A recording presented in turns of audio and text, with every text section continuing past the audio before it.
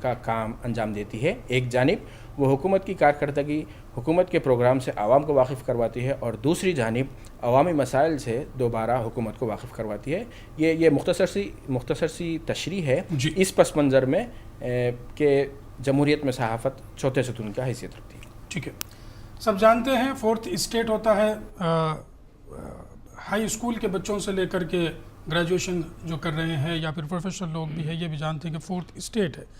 فاضل حسین پرویز صاحب سے میں سوال کرنا چاہوں گا. میرا دوسرا سوال ہے کہ صحافت کی تاریخ کون لوگ تھے؟ بے شک وہ قابل لوگ ہی تھے ہوں گے جنہوں نے صحافت کو ایجاد کیا یا اس کا وجود دنیا میں لایا. میں صاحب سے درخواست کروں گا صحافت کی سرسری آپ جو ہے ہسٹوریکل بیک گراؤنڈ اس کا پیش کریں. شکریہ اعتماد صاحب. اگر آپ لفظ صحافت کی بات کرتے ہیں اور جرنلزم کی بات کرتے ہیں، دونوں کی تاریخ الگ الگ ہے. صحافت دراصل لفظ صحیفہ سے نکلا ہوا ہے، اور صحیفہ کے معنی ہوتے تھے جب پہلے پیغمبروں پر جو اللہ تعالیٰ کی طرف سے صحائف نازل ہوتے تھے، جو فرمان نازل ہوتے تھے کہ ان کی قوموں میں جو ہے معلومات بتانے کے لیے. تو صحافت کی تاریخ اتنی ہی قدیم ہے جتنی انسان کی تاریخ ہے.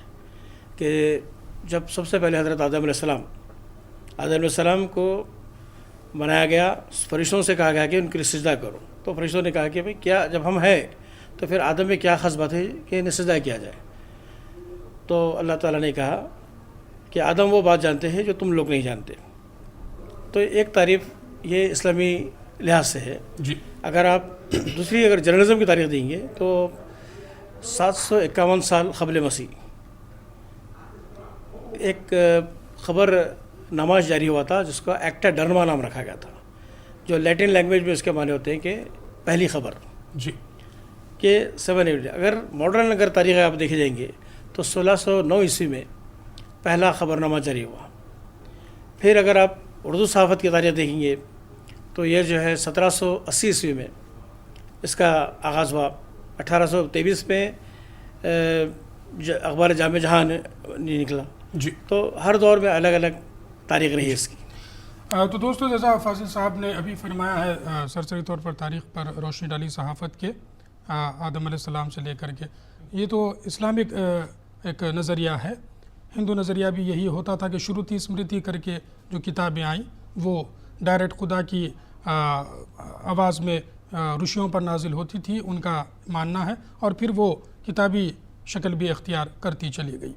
تو یہاں سے سلسلہ شروع ہوا. پھر اس کے بعد جیسا صاحب نے اس کی ہسٹری بتائی ہے سرسری طور پر، امید کرتا ہوں آپ سمجھ گئے ہوں گے. میرا اگلا سوال ظفر جاوید صاحب سے ہوگا کہ سیاست اور صحافت کا رشتہ آزادی سے پہلے اور آزادی کے امیڈیٹ بعد کیسا تھا؟ میں صاحب سے چاہوں گا اس پر روشنی ڈالیں. جی، آزادی کا جو موومنٹ، جو تحریک چلی تھی، اس میں کافی حد تک جو ہے صحافت اور سیاست ملی ہوئی تھی، اور جس کی وجہ سے آپ دیکھتے ہیں کہ کانگریس پارٹی کا خود، مسلم لیگ کا خود، اور جو ہے سوتنتر پارٹی کا، اور کئی قومی جو قائدین ہوتے تھے وہ اپنا نظریہ پیش کرنے کے لیے جو ہے صحافت کو استعمال کرتے تھے اور بات عوام تک پہنچاتے تھے. تو میں سمجھتا ہوں کہ ہر دور میں جو ہے جب کوئی عوامی تحریک چلتی ہے تو اس تحریک کو جو ہے صحافت سے ہی آپ عام کر سکتے ہیں. تو یہ جو جوڑ ہے صحافت اور سیاست کا، وہ اس کو علیحدگی میں آپ نہیں دیکھ سکتے ہیں، کیونکہ دونوں ایک دوسرے سے بہت قریبی رشتہ رکھتے ہیں. جی دوستو، بے شک بہت قریبی رشتہ ہے، لیکن اس رشتے میں کس قسم کا فرق آج کے دور میں آیا ہے اس پر بھی ہم ضرور گفتگو کریں گے. صحافت یا صحافیوں کا جب نام لیتے ہیں تو ہم امبیڈکر، تلک، گاندھی جی، سروجنی نائیڈو اور مولانا ابوالکلام آزاد یاد آ جاتے ہیں. فاضل حسین پرویز صاحب سے میں جاننا چاہوں گا کہ اس قسم کے جو لیڈران اس زمانے میں تھے، بحیثیت صحافی بھی انہوں نے کام کیا، کیا آزادی کے بعد ان لوگوں کا اس قسم کے کیا لوگ بننا بند ہو گئے ہیں، یا پھر کیا آج بھی اس قسم کے لوگ جرنلزم شعبے میں پائے جاتے ہیں؟ فاضل صاحب سے میں درخواست کروں گا آپ اپنے اس پر نظریہ پیش کریں، پھر سروری صاحب بھی کچھ کہنا چاہے تو ضرور کہہ سکتے ہیں. جی، آزادی سے پہلے بھی ایسے لوگ تھے، آزادی کے بعد بھی یہی لوگ رہے، اور فرق اتنا رہا کہ جیسا مولانا آزاد یا حسرت موہانی، برکت اللہ بھوپالی صاحب، اور کئی ایسے نام تھے جنہوں نے صحافت کو ایک نئی زندگی دی، صحافت کو ایک مشین کے طور پر استعمال کیا اور عوام میں شعور بیدار کرنے کے لیے انہوں نے استعمال کیا. جیسا مولوی محمد باقر ہے جو اردو کے پہلے صحافی تھے جو شہید ہوئے، جن انگریزوں نے توپ سے باندھ کر اڑا دیا تھا، اور آزادی کے بعد بھی کافی عرصے تک یہ سلسلہ جاری رہا اور آج بھی ہے. اب فرق اتنا ہے کہ چونکہ آج کا دور دولت کی فراوانی کا دور ہے، دولت کے استعمال کا دور ہے، تو زندہ ضمیر جو صحافی تھے وہ اس بھیڑ میں گم ہو کر رہ گئے. جی. اور چونکہ کارپوریٹ کا دور ہے، کارپوریٹ ورلڈ ہے یہاں پر، تو یہ کارپوریٹ ورلڈ میں جو اصولوں کے ساتھ جیے اور جینا چاہتے ہیں، ان کی آواز ابھی بھی ہے، مگر نخر خانے میں طوطی کی آواز بن کرے گی. ٹھیک ہے سروری صاحب کیا کہنا چاہیں؟ جی یہاں پر دو نکات ہیں جن پر میں چاہوں گا کہ بات کروں. پہلا تو جیسا کہ ظفر جاوید صاحب نے کہا کہ صحافت اور سیاست کا جو رشتہ ہے، تو صحافت ایک ایسا پیشہ تھا کہ سبھی سیاستدانوں نے اپنے ملک کے، چاہے جدوجہد آزادی کے دوران ہو یا اس کے بعد ہو، انہوں نے عوام تک اپنی بات کو پہنچانے کے لیے صحافت کو ایک مؤثر ذریعہ سمجھا اور اس کا استعمال بھی کیا. البتہ جو دوسری اہم بات ہے وہ یہ ہے کہ صحافت اس وقت ایک مشن کے طور پر استعمال کی گئی. جتنے سیاستدان تھے سبھی نے ضروری سمجھا کہ وہ پیشہ صحافت کو اپنائیں اور اپنی بات عوام تک پہنچائیں اور عوام میں حصول آزادی کے لیے بیداری کا جذبہ پیدا کریں.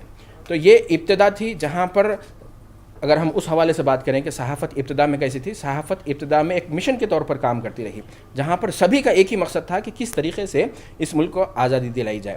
آزادی کے بعد صحافت کے لیے بظاہر کوئی بڑا مقصد سامنے نہیں تھا. اس پس منظر میں صحافت تھوڑا سا پس منظر میں چلی گئی، اور اس کے بعد جب ابھر کر دوبارہ سامنے آئی تو وہ ایک مشن نہیں بلکہ ایک پروفیشن کے طور پر سامنے آئی.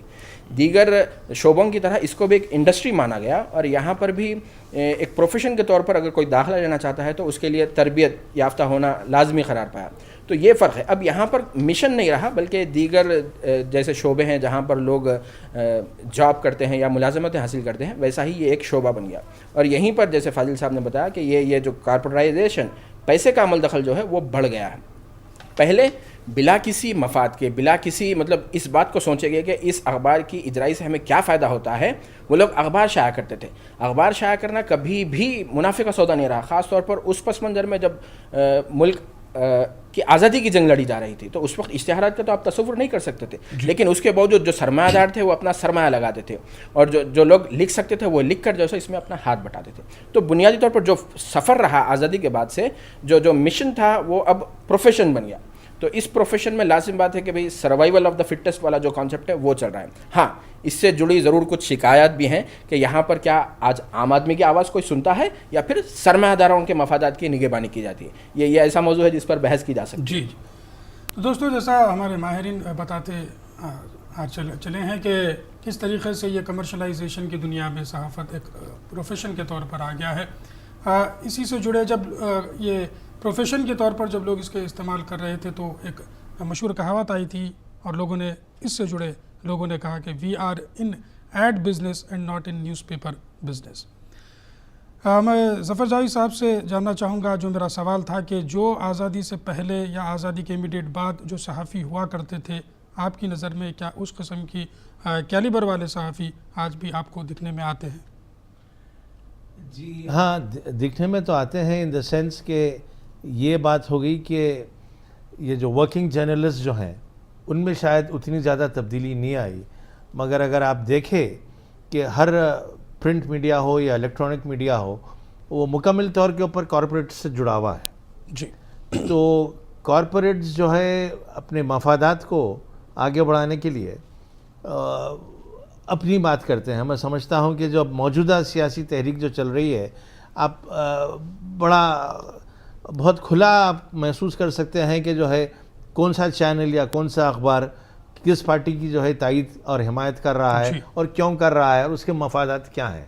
میں سمجھتا ہوں کہ عوام میں اتنا تو کم از کم شعور آ گیا ہے کہ اخبار کے مفادات کو اور اس کے لیننگز کو جو ہے عوام سمجھ چکی ہے کہ ان کا ایک مخصوص ایجنڈا ہے اور اس ایجنڈے کے تحت اخبار شائع ہوتا ہے یا چینل چلتا ہے. جی. سوال ایسا تھا کہ کیا اس قسم کے یعنی آزادی سے پہلے کے جو جرنلسٹ تھے، کیا آج اس کیلیبر کے لوگ ہیں؟ جیسا تینوں ہمارے گیسٹ نے فرمایا کہ بے شک کچھ لوگ آج بھی پائے جاتے ہیں، کچھ ایسے صحافی بھی ہیں جنہوں نے پدما بھوشن ایوارڈ بھی ٹھکرایا ہے تاکہ وہ گورنمنٹ کے کہنے پر نہ چلے۔ ایک آئیڈیل لے کر لوگ صحافت کے پروفیشن میں آتے ہیں۔ میرا اگلا سوال فاضل صاحب سے ہوگا اسی آئیڈیلزم کو لے کر کے۔ تو کچھ صحافی یہ مانتے ہیں کہ وہ آئیڈیلزم کو جب ہم لے کر کے اس پروفیشن میں آتے ہیں تو یہ کارپوریٹ جب ان کا ٹیک اوور کر لیتا ہے میڈیا کا تو یہ آئیڈیلزم 3-4 سال کے بعد برخاست ہو جاتا ہے اور پھر یہی ان لوگوں میں مل جاتے ہیں۔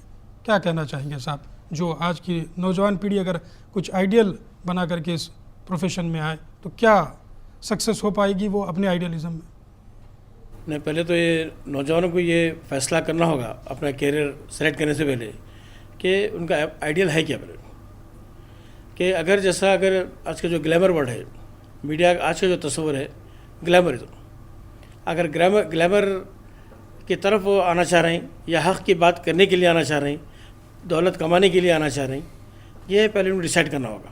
جی، اگر جو باقی صحافت کا جو مشن ہے، صحافت کا ہر دور میں ایک ہی مشن رہا، حق کی حمایت کرو، ناانصافی کے خلاف بات کرو، اور اگر یہ ان کا اپنا آئیڈیل ہے، اگر یہ ان کا نصب العین ہے تو وہ ہر دور میں اپنی بات کو منوا سکتے ہیں۔ جی، بہرحال بات یہ ہوگی کہ اگر آپ قوم کی خدمت کرنا چاہتے ہیں تو پیسہ نہیں ملے گا، اور اگر پیسہ کمانا چاہتے ہیں تو قوم کی خدمت وہاں پر شاید نہ ہو۔ نہیں، اگر پیسہ ہی سب کچھ نہیں ہے، اگر باقی جو جرنلسٹ بننا چاہتا ہے، جو باقی صحافی بننا چاہتا ہے، پیسہ اس کے لیے سیکنڈری چیز ہے، کیونکہ جب آپ خدمت کریں گے، جب آپ حق بات کریں گے تو ایک وقت آئے گا کہ پیسہ خود بخود آپ کے پاس آئے گا۔ جی، جب آپ خود ایک برانڈ نیم بنیں گے، جب آپ دولت کے پیچھے بھاگیں گے، دولت آپ سے بھاگے گی، اور جب حق کے لیے آپ آواز اٹھائیں گے، جب کریڈیبلٹی بڑھیں گی لوگوں میں، آپ پر عوام کا اعتماد بڑھے گا تو لوگ آفر کریں گے آپ پاس، دولت آپ کے پاس چل کے آئے گی۔ جی، اور پیسے کے پیچھے جو جائیں گے تو وہ صحافی نہیں ہو سکتے۔ ٹھیک ہے، ایک اہم سوال میں تینوں گیسٹ کے لیے کرنا چاہوں گا کہ جیسا کہ ہم ابھی آزادی سے پہلے کی صحافت اور اس کے بعد کی بات کر رہے تھے، ایک دور یہ ہوا کرتا تھا کہ صحافت یعنی میڈیا جو ہوا کرتا تھا وہ لیڈر کو بنایا کرتا تھا، لیکن آج یہ محسوس ہو رہا ہے کہ لیڈران جو ہے وہ میڈیا کو بنا رہے ہیں۔ ظفر جاوید صاحب سے سب سے پہلے میں اس سوال پر ان کا نظریہ چاہوں گا، کیا اوپینین یہ اس چیز پر آپ کہنا چاہیں گے؟ جی، بہت درست ہے۔ میں سمجھتا ہوں کہ یہ اٹوٹ رشتہ جو ہے سیاست اور صحافت کا، یہ دو طرفہ ہے، یعنی فائدہ صرف سیاستدان کو نہیں ہوتا، صحافی کو بھی ہوتا ہے۔ یعنی جو اخبار کے مالکین جو ہوتے ہیں یا پرنٹ میڈیا کے جو مالکین ہوتے ہیں، ان کے لیے جو ہے جب یہ کسی کو پروموٹ کرتے ہیں تو جب یہ اقتدار سنبھالتے ہیں تو ان کے لیے پے بیک ٹائم بھی ہوتا ہے۔ جی، لیکن اگر یہ دونوں ایک دوسرے سے اپنے ہی مفادات کو دیکھتے رہیں تو پھر عام آدمی کا کیا ہوگا؟ جی نہیں، عام آدمی کے لیے کوئی گنجائش نہیں ہے۔ جی ہاں، میں یعنی کیونکہ دیکھیے آپ 2014 کے خود اگر آپ الیکشن دیکھیں تو سارا پرنٹ میڈیا، سارا الیکٹرانک میڈیا جو ہے ایک مخصوص ایجنڈے کے تحت کام کیا، اور جس ایجنڈے میں یعنی عوام کی رائے سے بڑھ کے جو ہے خود چینل کی رائے یا اینکر کی رائے جو ہے زیادہ عوام پہ تھوپی جاتی تھی۔ جی، بحیثیت سینئر کانگریس لیڈر آپ ہو یا کانگریس پارٹی ہو، انہوں نے کیوں میڈیا کا استعمال نہیں کیا؟ جی نہیں، میڈیا کا استعمال تو جو ہے یعنی حقیقت تو یہ ہے کہ ہر پارٹی کرتی ہے، مگر میڈیا کا رجحان کچھ 2014 کے الیکشن میں کچھ اور تھا، جی، اور جس کی وجہ سے جو ہے وہ کافی حد تک ایک طرفہ ہو چکے تھے۔ میں آپ کو میرے پاس کچھ ریکارڈ ہے بتانا چاہوں گا۔ 2014 کے جو پارلیمنٹری الیکشنز ہو رہے تھے تو جو پرائم ٹائم میں مودی کا جو کوریج تھا، ہمارے پرائم منسٹر جو حال میں ہیں، 33% ان کا کوریج تھا، اور راہل گاندھی کا جو صرف 4% تھا جو کانگریس کو ریپرزینٹ کر رہے تھے۔ کیا وجہ تھی کہ اس قسم کا معاملہ ہوا؟ کیا کانگریس پارٹی نے زیادہ پے نہیں کیا؟ جی نہیں، اس کے علاوہ اگر آپ دیکھیں تو پرنٹ اینڈ الیکٹرانک میڈیا والے اخبار کو ایک اپنا ہتھیار بنا کے چلتے ہیں، ان کے دیگر جو ہے بزنسز بھی ہوتے ہیں۔ جی، تو یعنی یہ ضروری نہیں ہے کہ یہیں پر فائدہ ہو جائے یا یہیں پر نقصان ہو جائے۔ یعنی کچھ 92 چینلز ریلائنس ہولڈ کرتا ہے، جی، اور ریلائنس کا جو ہے اکثر کاروبار یعنی پیٹروکیمیکلز ہو یا صنعت میں ہیں، تو یعنی یہاں پر ہی صحافت سے امیڈیٹلی فائدہ ہو جائے یہ ضروری نہیں ہے، ان کے دوسرے یہ ہیلپ کرتے ہیں تاکہ جو ہے یہ جب اقتدار سنبھالیں جی تو ان کے جو ہے انڈسٹری کو جو ہے فائدہ ہو۔ کارپوریٹ کا جو دباؤ ہے وہ بھی ایک نظریہ، جیسا ابھی آپ نے فرمایا کہ مکیش امبانی جو ہے وہ تقریباً 80 to 90% آج کا میڈیا جو ہے کور کیے ہوئے ہے۔ فاضل حسین پرویز صاحب سے جاننا چاہوں گا کہ میں نے جو سوال کیا تھا کہ ایک زمانہ تھا جب میڈیا لیڈر کو بنایا کرتا تھا، لیکن آج لیڈر تمام میڈیا کو بنا رہے ہیں یا خرید رہے ہیں، کیا کہنا چاہیں گے؟ اب آج کا دور پہلے کے آزادی سے پہلے کی جو صحافت تھی، آج جو حالات تھے اس کا تصور بھی نہیں تھا۔ آج تو جو ہے میڈیا میں آپ کا موبائل فون بھی آ گیا ہے، آپ کی SMS سروس بھی آ گئی ہے، آپ کی واٹس ایپ پہ جو ہے آپ کے جو کوریج آ گیا آپ کا پورا۔ اور آج لیڈر جو ہے نہ صرف لیڈر بلکہ جو کارپوریٹ سیکٹر ہے، خاص طور پہ کارپوریٹ سیکٹر، جو ایسے لوگ جن کا صحافت سے کوئی تعلق نہیں ہے، وہ بڑے بڑے چینلز کے مالک ہیں، بڑے بڑے اخبارات کے مالک ہیں، جتنے بھی میڈیا بیرون جن کو جو آپ کہتے ہیں ان کا کوئی صحافت سے تعلق نہیں ہے، وہ صحافت کو ایک بزنس کے طور پر دیکھتے ہیں۔ اور جب لیڈر ان کی مرضی کے مطابق آئے گا تو اس سے لحاظ سے ان کے اپنے مفادات اس کے مفاد رہیں گے۔ آج بھی ہندوستان کی جو پالیسی ہے، ہندوستان کی جو بھی پالیسی ہوتی ہے، چند 4-5 لوگ وہ پالیسی بناتے ہیں، 4-5 بڑے بزنس بناتے ہیں، چاہے اڈانی ہو یا امبانی ہو، فلاں جو بھی ہو، تو یہ ہندوستان کی پالیسی بنتی ہے۔ تو ہندوستان کی پالیسی سے مراد صحافت ہے، اور صحافت ہو یا سیاست ہو، یہ جو آپ کے سرمایہ داروں کے ہاتھ میں ہے جی، اور اس کے لیے مجبور ہے ایک عام آدمی سروائیو نہیں کر سکتا، جی چاہے وہ کوئی بھی گروپ رہن ہو۔ جی سروری صاحب، آپ کا اوپینین میں چاہوں گا اس سوال پر۔ جی، بنیادی طور پہ اس چیز کو سمجھنا ہے کہ ہندوستان کی تاریخ میں ایسا پہلی مرتبہ نہیں ہوا کہ اشتہارات کا یا میڈیا کا مؤثر طریقے پہ استعمال کیا گیا۔ اس سے پہلے اخبارات تھے، اخبارات میں بھی سیاسی جماعتیں اشتہارات دیتی تھی۔ اب جو اس کو جو پس منظر میں دیکھنا ہے کہ یہاں پر صرف مالی مفادات کے لیے میڈیا کے اداروں نے اس مطلب کسی ایک سیاسی فکر کا ساتھ دیا۔ اصل جو بات سمجھنے کی ہے کہ یہ جو جنگ لڑی جا رہی ہے اس ملک میں، جس طریقے کا سیاسی ماحول آ گیا، یہ فکری اور نظریاتی جنگ ہے۔ تو اس میں ہوا یہ کہ جو ایک مخصوص نظریہ اور فکر رکھنے والے لوگ ہیں، ان لوگوں نے نہ صرف میدان سیاست میں اپنے قدم جمائے، بلکہ ان لوگوں نے میڈیا کی اہمیت کو سمجھتے ہوئے میڈیا میں بھی اپنے قدم جمائے، اور ان لوگوں کے ذریعے کام ہو رہا ہے۔ یہ صرف اشتہارات کی بات نہیں ہے۔ دیکھیے، میں آپ کو یاد دلاؤں کہ جس وقت انڈیا کے دور میں اٹل بہاری واجپئی جب پرائم منسٹر تھے، اس وقت انڈیا شائننگ کا بھی جو نعرہ لگایا گیا تھا، پھر اس وقت کام نہیں کیا۔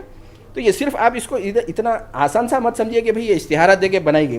بھئی آپ یہ بھی تو دیکھیں جو سیکولر ووٹ تقسیم ہوا ہے، اس میں صرف میڈیا کا نہیں ہے، اور میڈیا کتنے لوگوں کو متاثر کر سکتا ہے، میڈیا کتنے رائے دہندوں کو متاثر کر سکتا ہے کہ وہ فلاں پارٹی کو ووٹ دیں۔ آپ یہ سمجھیے کہ میڈیا کو اشتہارات تو جاری کیے گئے، ساتھ ہی میڈیا جن لوگوں کے، جن افراد کے، جن اداروں کے ہاتھ میں آ گیا ہے، وہ ایک مخصوص نظریے کے ترجمان بن گئے۔ جی، تو وہ چیز اصل تشویش کی بات یہ نہیں ہے کہ میڈیا کو زیادہ اشتہارات دیا ہے۔ تشویش کی بات یہ ہے کہ میڈیا جو غیر جانبدار ہونا چاہیے تھا، وہ صحافت اب کسی ایک مخصوص خیالات کی ترجمان بن گئی۔ تو آزاد میڈیا جو ہے وہ ہم سے رخصت ہوتا جا رہا ہے۔ جی، تو وہ تشویش کی بات ہے، اور شاید وہی بڑا سبب ہے۔ بے شک۔ دوستو، پولیٹیکل پارٹیز یا پولیٹیکل کچھ لیڈرز جو ہے وہ میڈیا پر کس طریقے سے اثر انداز ہو رہے ہیں، ان کا ساتھ دینے والے کارپوریٹ کے لوگ بھی ہیں۔ اسی طریقے سے میڈیا جہاں پر لوگوں کے ذہنوں کو چینج کرتا ہے پولیٹیکل معاملے میں، اسی طریقے سے کچھ مذاہب کو بھی بدنام کرتا ہے اور پھر کچھ لوگوں کا نظریہ تبدیل کرتا ہے۔ چارلی ہیبدو پیرس کا ایک اخبار ہے، اس سے متعلق میں سوالات صاحب لوگوں سے کروں گا، لیکن اب وقت ہو چلا ایک چھوٹے سے بریک کا۔ تو خواتین و حضرات، آپ کہیں جائیے گا مت، ہم حاضر ہوتے ہیں اس چھوٹے سے بریک کے بعد۔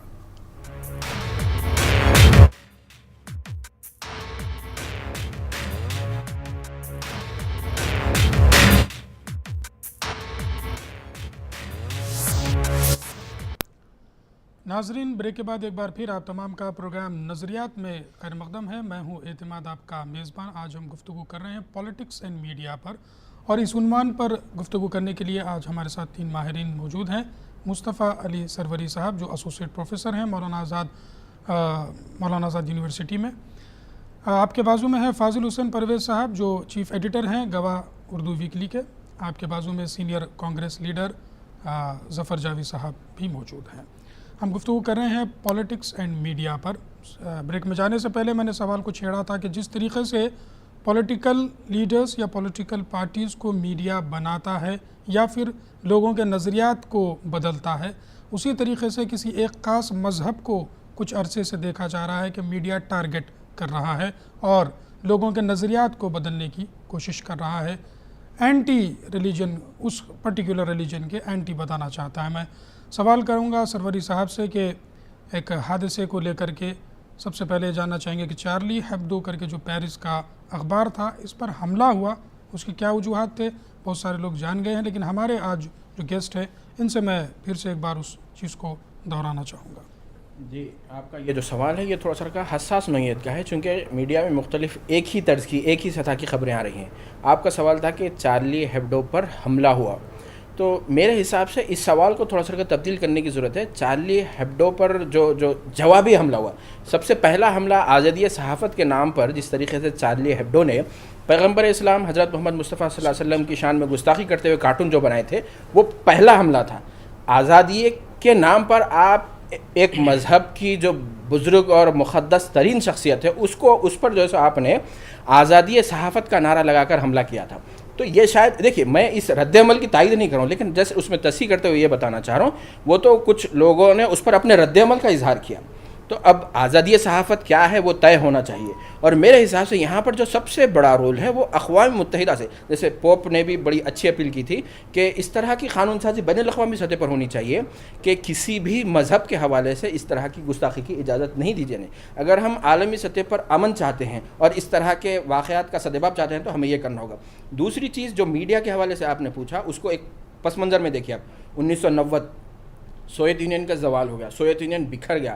اس کے بعد دنیا کی جو واحد طاقت تھی، بڑی طاقت امریکہ، اس کے سامنے اسلام ایک چیلنج کے طور پر ابھر کے آیا کہ یہ آلٹرنیٹ ہے. ان کے پاس جو طرز حیات ہے، جو طرز زندگی ہے، جو سسٹم کام کر رہا ہے، اس کے اگینسٹ میں یا اس کے متبادل کے طور پر جو اسلام سب سے بڑا مذہب ہے جو ان کے لیے چیلنج بن سکتا ہے.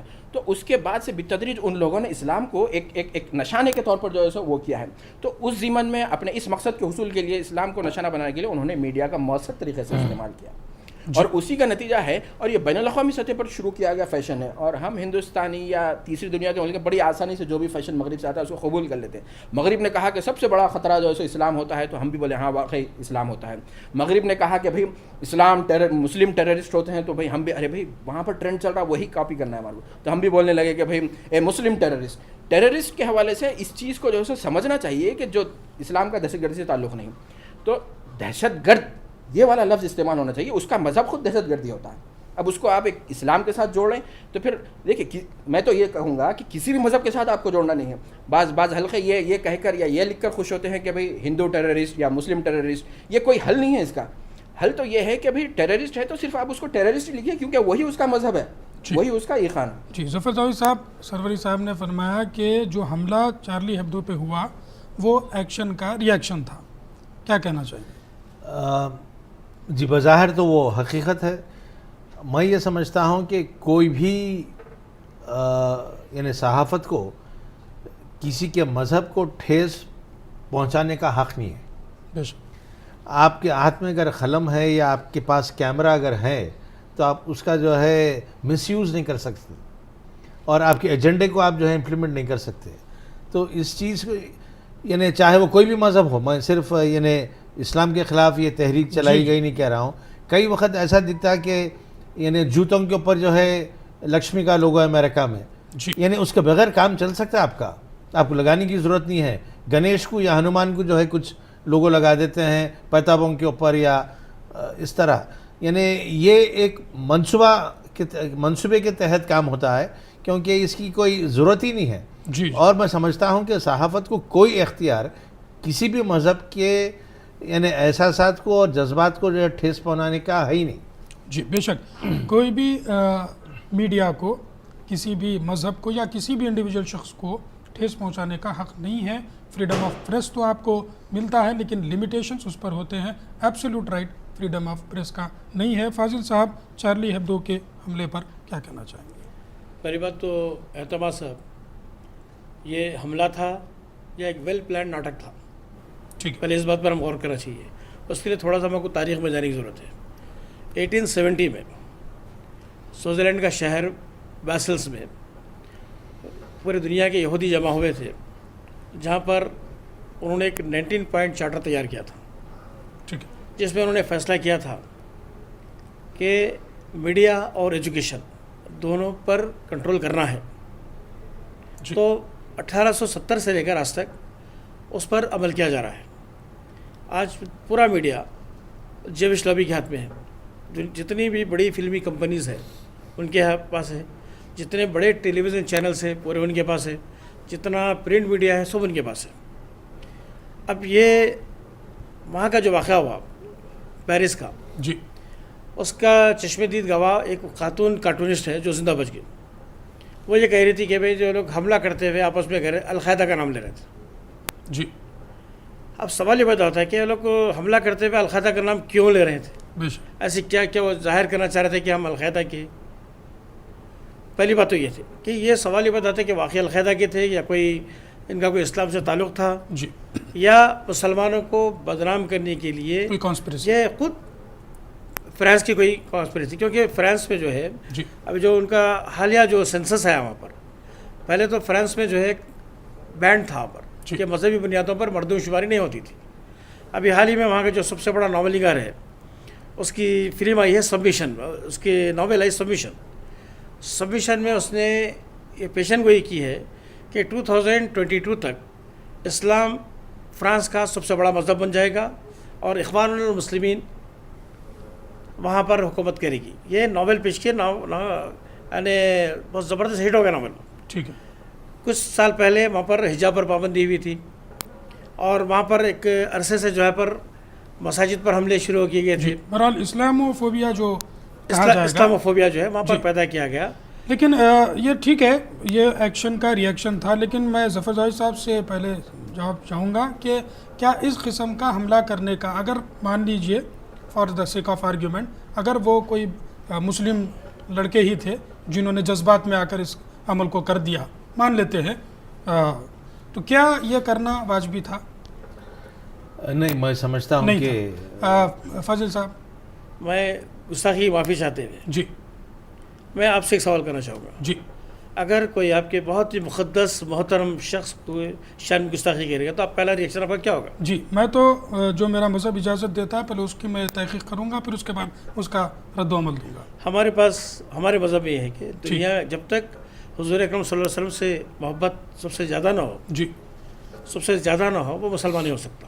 ٹھیک ہے. اور دوسری بات یہ کہ بار بار سمجھایا گیا، وارننگ دی گئی اخبار والے کو جی، کہ اس قسم لیکن یہ کوئی انڈیویجول تو نہیں کر سکتا کہ ایک شخص جا کر کے حملہ کرتے ہیں. ہاں، کسی حکومت کو یہ اقدام اٹھانا چاہیے تھا، یا پھر اگر وہ لڑکے کچھ کیے ہوں تو پھر ان کو عدالت کا دروازہ کھٹکھٹانا ہوتا. میں اس حملے کی تائید کرتا ہوں. جی، اس لیے تائید کرتا ہوں کہ آگے اس قسم کی شرنگی روکنے کے لیے جی یہ ضروری ہے. لیکن اس شرنگیزی کو روکنے کے چکر میں انہوں نے پھر ایک کارٹون شائع کر دیا. نہیں تو اس کا خمیازہ ان کو بھگتنا پڑے گا. جی سروری صاحب، یہ حملہ کیا واجبی تھا؟ دیکھیے، بات حملہ کیوں کیا گیا ان عوامل پر بھی غور کرنا ہے. تو میری یہ مطلب جس طریقے سے تجویز تھی کہ اس طرح کے واقعات آئندہ نہ ہوں، اس چیز پر ہمیں غور کرنا ہے کہ بھئی آئندہ ہم کیا کر سکتے ہیں. اور یہ ایک ایسی چیز ہے، صرف مذہب اسلام کے حوالے سے نہیں، دنیا میں جتنے مذاہب ہیں، اگر یہ سبھی مذاہب امن کا پرچار کرتے ہیں، امن کی تعلیم دیتے ہیں، تو پھر ہمیں کوئی خباہت نہیں ہونا چاہیے. مل بیٹھ کر آپس میں کم از کم ہم اس بات پر اتفاق کریں کہ اس طرح سے ہم قانون سازی کریں گے. جی، جس طریقے سے جیسے سمجھیے کہ ابھی انسانی حقوق کے حوالے سے عالمی سطح پر ایک کنونشن ہے، تو ایسے ہی ایک آپ کنونشن بلائیے یا اس بات پر اتفاق کیجئے کہ اقوام متحدہ کے بینر تلے ہم اس طرح کی قانون سازی کریں گے کہ آج کے بعد سے، جیسے میں آپ کو ہندوستان کی مثال دوں گا کہ ہندوستان میں بھی آزادی اظہار خیال کے تحت کارٹون ایم ایف حسین کی جو مثال تھی وہ مثال تھی، لیکن اس کے باوجود ان کو ملک چھوڑ کر جانا پڑا. تو کہاں پر یہ شروع ہوتی ہے کہ بھئی آپ آزادی صحافت کے نام پر کسی کی توہین لیکن جب ایم ایف حسین کی بات ہوتی ہے تو پھر ہم کو ان کارٹونز پہ آبجیکشن کیوں کرنا ہے؟ جب ایم ایف حسین صاحب اس قسم کے کارٹونز بنا سکتے ہیں تو پھر یہ کارٹون پہ ہم کیوں آبجیکشن کریں؟ دیکھیے، وہاں پر سوال یہ اٹھتا ہے کہ کیا ایم ایف حسین نے کچھ ایسی چیز بنائی جو پہلے نہیں تھی؟ انہوں نے وہی چیز بنائی جو آلریڈی جیسا ہم مختلف مناظر میں دیکھتے ہیں، ہندوستان کے تاریخی مقامات پر دیکھتے ہیں. فی الوقت ہمارا موضوع، بحث کا موضوع میرے حساب سے وہ نہیں ہے. میں بتانا چاہ رہا ہوں کہ اگر ایم ایف حسین کے کارٹون بنانے سے کسی کے جذبات کو ٹھیس پہنچتی ہے تو ہمیں اس بات پر تو متفق ہونا چاہیے کہ ایسا کوئی کام نہیں کرنا چاہیے جس سے دوسرے دیگر جو برادران وطن ہیں ان کے درمیان غلط فہمی پھیلے. بھئی ایم ایف حسین اگر کارٹون نہیں بناتے تو اس سے مطلب کوئی آپ کا کوئی فن بند ہونے والا نہیں تھا. اگر اس سے غلط فہمی پروان نہیں چڑھتی بلکہ ہمارے دیگر لوگوں کے ساتھ تعلقات اچھے بنتے ہیں تو نہیں بنانے میں میرے حساب سے کوئی قباحت نہیں ہے, اگر ایک بڑا طبقہ یہ محسوس کرتا ہے. خطا کلامی کی معافی چاہتے کہوں گا کہ ہم نے کبھی ایم ایف حسین کی تائید نہیں کی جی کہ انہوں نے جو اگر کارٹون بنائے تو کیونکہ ہمارے پاس ہمارا عقیدہ ہے کہ تم دوسروں کے خدا کو برا مت کہو ورنہ وہ بھی تمہارے غلط کہیں گے. اور میں نے تو اس کے خلاف ادارے بھی لکھا تھا. ایم ایف حسین نے جو درگا وغیرہ کے جو دیویوں کی جو ان کی توہین کی اس کے بھی خلاف ہے اس کے. بے شک. ظفر جاوید بھی میں امید کرتا ہوں کہ اس قسم کے کارٹونز یا پھر جو ایم ایف حسین صاحب نے بنائے تھے اس کے مخالفت میں ہیں, یا میں شروع اسی سے کیا کہ جو ہے آپ کو کوئی حق یا اختیار نہیں بنتا کہ کسی کے مذہب کو آپ ٹھیس پہنچائیں. جی کچھ میڈیا چینلز نے ڈسکشنز کیے تھے اس ٹائم پر بھی ایم ایف حسین کے کارٹونز کو یا پھر جن چیزوں کو انہوں نے اتارا تھا اس کو لے کر کارٹونز پینٹنگز تھے, تو اس کو لے کر کے یہ بتایا گیا کہ مسلم علماء اس کا کنڈم نہیں کرتے, مسلم اسکالرز اس کا کنڈم نہیں کرتے. لیکن کل بھی ہم نے اس پروگرام میں ریلیجیس اسکالرز کو بلا کر بات کی تھی. انہوں نے کہا کہ جو اگر حملہ جان بوجھ کر چارلی ہیبڈو پر ہوا تو اس کی بھی مذمت مسلم اسکالرز اور ریلیجیس لیڈرز کرتے ہیں. اور ایم ایف حسین کا جو معاملہ ہے, اگر انہیں کچھ ایسی چیز بنائی ہے, حالانکہ اسلام میں تو کوئی پینٹنگ وغیرہ بنانے کی اجازت ہی نہیں دی جاتی, پھر اگر وہ بناتے ہیں اس قسم کے کارٹون تو کوئی بھی مسلمان اس کی تائید نہیں کرے گا. میں سمجھتا ہوں آپ تمام متفق ہو. بالکل صحیح. جی ہاں, میں سروری صاحب سے اس معنی میں متفق ہوں کہ آپ اگر کھجوراؤ کے یا ٹینجور کے یا مدورائی کے اگر آپ یعنی اسکلپچرز دیکھیں آپ تو اسی کی ترجمانی کیا تھا ایم ایف حسین نے, لیکن وہاں کچھ یہ کوئی بطور توہین یا بطور ٹھیس پہنچانے کے جو ہے یہ چیز نہیں کی گئی تھی. مگر ایم ایف اور دوسرے دیگر کنٹمپریری پینٹرز بھی وہی پینٹنگ کرتے ہیں, مگر ایم ایف حسین کو جو پک کیا گیا کیونکہ جو ہے وہ پولرائز کرنے میں جو ہے مدد ہو جائے گی. ٹھیک ہے. اور ایم ایف حسین یہ چیز جو ہے 40 سال سے کر لیتے آ رہے ہیں. جی انہوں 1950 میں جب پینٹنگ شروع کی تھی اس زمانے سے وہ کر لیتے آ رہے تھے. یعنی جس طرح جو ہے جو پینٹنگ انہوں نے جس کے اوپر ان کو اختلاف تھا بروڈا میں, اسی قسم کی پینٹنگ وہ 1950 میں بھی کیے ہیں.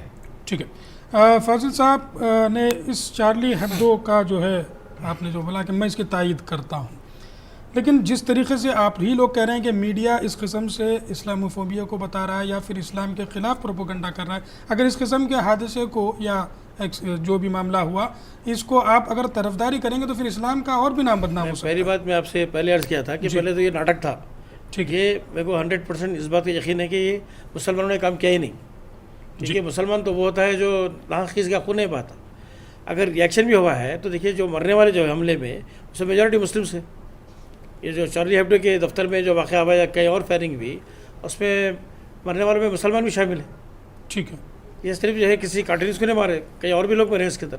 اور پہلی بات تو ہے کہ جو اچھا مسلمان ہے, سچا مسلمان ہے, وہ تو اس قسم کے واقعات نہیں کرتا. لیکن اگر جان بوجھ کر کوئی آپ کو اشتعال دلا رہا ہے جی تو بعض واقعات ایسے رہتے ہیں. مذہب کا معاملہ ایسا ہے کہ بعض وقت جو ہے وقتی طور پہ ریئیکشن ہوتا ہے اس کا.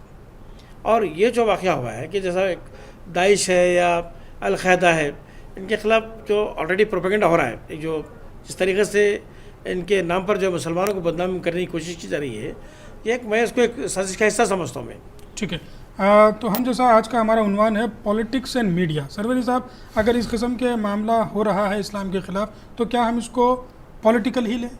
دیکھیے اس چیز کو سمجھیے آپ. پہلی چیز کہ جس طریقے سے میڈیا اسلام اور مسلمانوں کو پورٹریٹ کر رہا ہے, پیش کر رہا ہے, دراصل وہ ایک مخصوص نظریے کی ترجمانی کر رہا ہے. اور نظریہ یہ ہے کہ اسلام اور مسلمانوں کو منفی روپ میں پیش کرو, جتنا زیادہ ہوتا ہے ان کا نگیٹو پورٹریٹ کرو, سو دیٹ میرے حساب سے وہ لوگ یہ سمجھتے ہیں کہ اس طریقے سے ہم لوگوں کو اسلام اور مسلمانوں سے ان کے دلوں میں جو ہے سو جگہ کم کر سکیں گے یا نفرت وہ کریں گے. اسلام سے جو خارج لوگ ہیں وہ ایک پلیٹ فارم پر آ جائیں اور ان کے مخالف ہو جائیں, جس طریقے سے یہاں پر ہوا تھا ہندوستان میں.